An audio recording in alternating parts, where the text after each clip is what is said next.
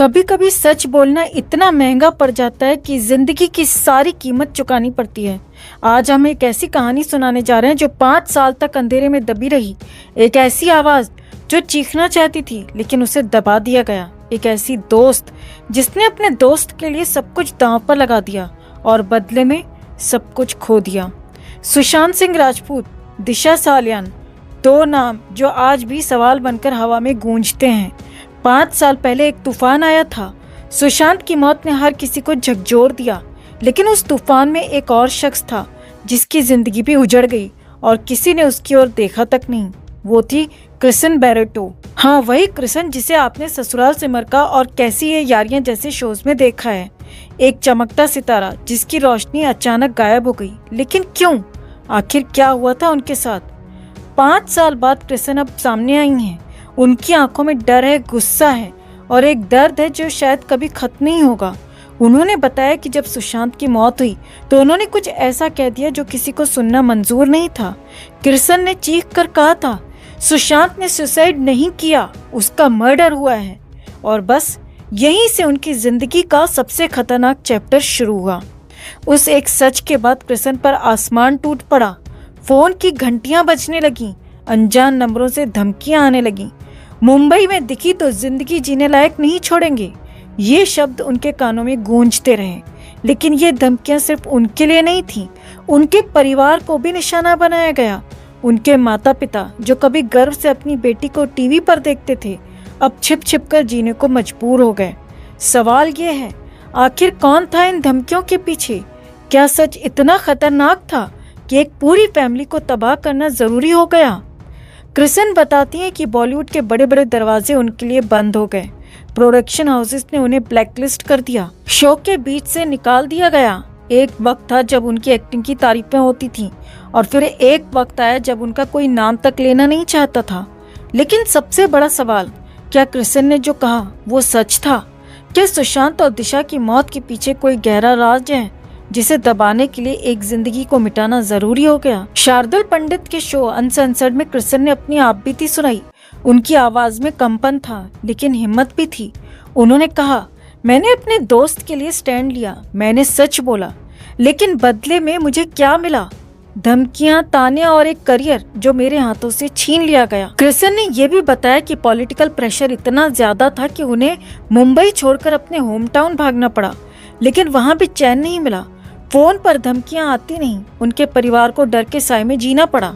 अब सोचिए, एक एक्ट्रेस जिसने अपने दोस्त के लिए आवाज उठाई, उसे क्या क्या सहना पड़ा। क्या आपको नहीं लगता कि ये कहानी कुछ अधूरी है? क्या दिशा सालियान केस और सुशांत की मौत के बीच कोई कनेक्शन है? और अगर है तो क्या क्रिसन उस कनेक्शन की एकमात्र गवाह थी जिसे चुप कराना जरूरी था? कमेंट में जरूर बताएं कि आपको क्रिसन की बात में कितना दम लगता है। और जब उनसे पूछा गया कि क्या दिशा सालियान केस में कोई बड़ा नाम शामिल हो सकता है, तो क्रिसन ने नाम तो नहीं लिया, लेकिन इतना जरूर कहा, जब मैंने सुशांत के बारे में बोला तो पॉलिटिकल लोग मेरे पीछे पड़ गए। मुझे धमकी भरे कॉल्स आए, मेरे परिवार को टारगेट किया गया। अब सवाल यह है, क्या ये धमकियां सिर्फ क्रिसन को चुप कराने के लिए थीं, या इसके पीछे कोई बड़ा खेल था? क्या सुशांत और दिशा की मौत महज इत्तेफाक थी जैसा कि दिखाया जा रहा है, या फिर एक सोची समझी साजिश? 5 लंबे साल तक क्रिसन गायब रही, न काम, न पहचान, न उम्मीद। उन्होंने कहा, मैंने सुशांत के लिए सब कुछ दांव पर लगाया, लेकिन किसी ने मेरा साथ नहीं दिया, न इंडस्ट्री न फैंस ने। आज वो फिर से सामने आई हैं, लेकिन उनकी आंखों में वही सवाल है, क्या सच बोलने की सजा यही होती है? क्या एक दोस्त के लिए स्टैंड लेने का अंजाम यही होता है? तो अब आपकी बारी है दोस्तों। क्रिसन की इस कहानी पर आपका क्या कहना है? क्या आपको भी लगता है कि सुशांत और दिशा की मौत के पीछे कोई अनकहा सच है? क्या क्रिसन को इंसाफ मिलना चाहिए? कमेंट में अपनी राय जरूर रखें। और अगर आपको लगता है कि ये कहानी हर किसी तक पहुंचनी चाहिए तो इस वीडियो को शेयर करें, क्योंकि शायद आपका एक कमेंट, आपका एक शेयर किसी दबी आवाज को फिर से जिंदा कर दे। कहीं ना कहीं मैं उस हादसे को इस हादसे से बिल्कुल नहीं जोड़ूंगी, क्योंकि वो एक इलीगल था जो काम किया था। ये जो है लीगली, जिस इंसान के पास उसकी इज्जत ही सब कुछ है, आप जो है कॉमेडी के नाम पर उनकी इज्जत उछाल रहे हैं, उनकी अपकीर्ति कर रहे हैं, उनके काम को डिसरिगार्ड कर रहे हैं। शिंदे जी जो है वो कभी किसी जमाने में रिक्शा चलाया करते थे, आज वो अपने दम पर इतना आगे आए हैं। और ये कौन, उनके खुद की क्या क्रेडेंशियल्स है, कौन है ये लोग? तो दोस्तों, क्या आपने कभी सोचा कि एक माइक, कुछ जोक्स और थोड़ा साहस किसी की जिंदगी को सर्कस में बदल सकता है? जी हाँ, मुंबई की सड़कों पर आजकल एक अजीब सन्नाटा है। यह शायद सन्नाटे से पहले का तूफान। नाम है कुणाल कामरा, एक स्टैंड अप कॉमेडियन जिसके लिए पुलिस स्टेशन अब स्टेज से ज्यादा घर जैसे हो गई हैं। लेकिन रुकिए, ये कहानी सिर्फ कुणाल की नहीं है। इसमें कंगना रनौत का गुस्सा, संजय राउत का तंज और दिशा सालियान का वो रहस्य है जो 5 साल बाद भी किसी थ्रिलर फिल्म की तरह अनसुलझा पड़ा है। अगर आप भी इस रोलर कोस्टर की सवारी लेना चाहते हैं तो अभी चैनल के साथ जुड़े, चैनल को सब्सक्राइब करें, वीडियो को लाइक और शेयर कर अपना प्यार और सपोर्ट जरूर दिखाएं और कमेंट में इसे लेकर आप भी अपनी बात अपनी राय जरूर रखें। तो कहानी शुरू होती है एक माइक से। कुणाल कामरा, वो शख्स जो स्टेज पर हंसाता था, आज मुंबई के खार पुलिस स्टेशन में 3 नए केसेस का हीरो बन चुका है। वजह, महाराष्ट्र के डिप्टी सीएम एकनाथ शिंदे पर कुछ तीखे जोक्स जो शायद हंसी से ज्यादा आग भड़काने वाले थे। जलगांव के मेयर ने शिकायत की, नासिक के 2 बिजनेसमैन ने एफआईआर ठोकी और अब तक कुल 20 से ज्यादा केस कुणाल के खाते में जमा हो चुके हैं। मुंबई पुलिस ने 2 समन भेजे, विधान परिषद ने विशेषाधिकार हनन का नोटिस थमाया। मतलब कुणाल को घेरने की स्क्रिप्ट किसी बॉलीवुड थ्रिलर से कम नहीं।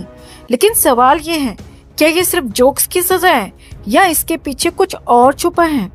अब सीन में एंट्री होती है संजय राउत की, शिवसेना यूबीटी के वो नेता जिन्हें हर मौके पर ड्रामा क्रिएट करना बखूबी आता है। संजय भाई ने कुणाल के लिए बैटिंग शुरू की और अचानक कंगना रनौत को बल्ले से टकरा दिया।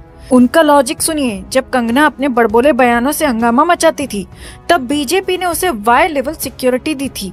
10 पुलिस वाले उसके आगे पीछे घूमते थे जैसे वो कोई राष्ट्रीय खजाना हो। लेकिन कुणाल जो एक आर्टिस्ट है, देश का नागरिक है, कोई आईएसआई एजेंट तो नहीं, उसे क्यों टारगेट किया जा रहा है? उसे भी सिक्योरिटी दो। अब ये सुनकर तो लगता है कि संजय राउत हर कॉमेडियन को बॉडीगार्ड और हर जोक को बुलेट प्रूफ जैकेट देने के मूड में है। लेकिन ये डायलॉग सुनते ही कंगना रनौत का गुस्सा 7वें आसमान पर पहुंच गया। एक्ट्रेस सांसद ने कैमरे के सामने ऐसा जवाबी हमला बोला कि संजय राउत शायद अब अपने बयान को डिलीट करने का बटन ढूंढ रहे होंगे।